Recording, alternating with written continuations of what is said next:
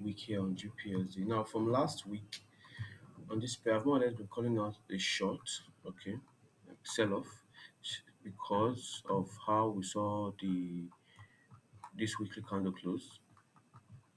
Okay, seeing big momentum close below the lows of prior daily and weekly bullish days, which more or less tells us a lot of selling order coming to the market. Okay, now we saw price push retrace to the upside into 135, okay, last week, and we formed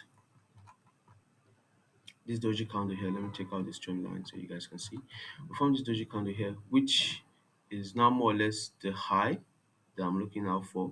So if price trades above this high, the high of this bearish candle, we could more or less be looking to continue long, because first two things is an indecision candle, which more or less tells us buyers try to push price to the upside, they failed. Sellers try to push price to the downside, they failed.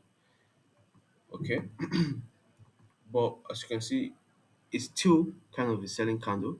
Okay, so I'll mark the high because if price trades above there, then I'm looking to buy. Now breaking that down on the daily time frame, you can see the daily from last week. We saw a sharp sell-off on the daily, came into as low as 133,750. Okay, but spiked back above. So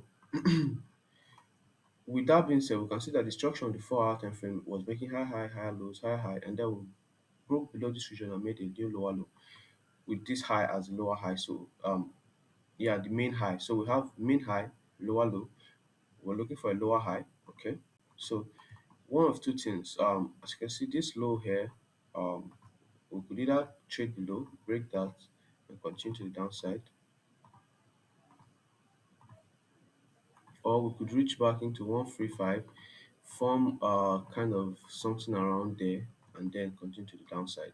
Okay, so that's the two scenarios I'm more or less looking out for. Or outrightly, we could more or less break, retest, and then continue bullish to the upside. Now, everybody in our trading community knows what to do in certain market conditions because we've trained them quite well. Okay, so this type of market condition now, the best thing to do is to wait and just allow the market play out before making any trade decisions. It's Monday morning and the market just started. There's not a lot of momentum coming to the market yet, so the best thing to do is just sit on your hands, wait, and yeah, let the pair come to you. Let the trade come to you.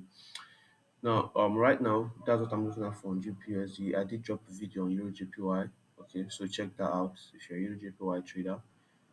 Um, yeah, have a good trading day, guys, and I'll check out with you guys later.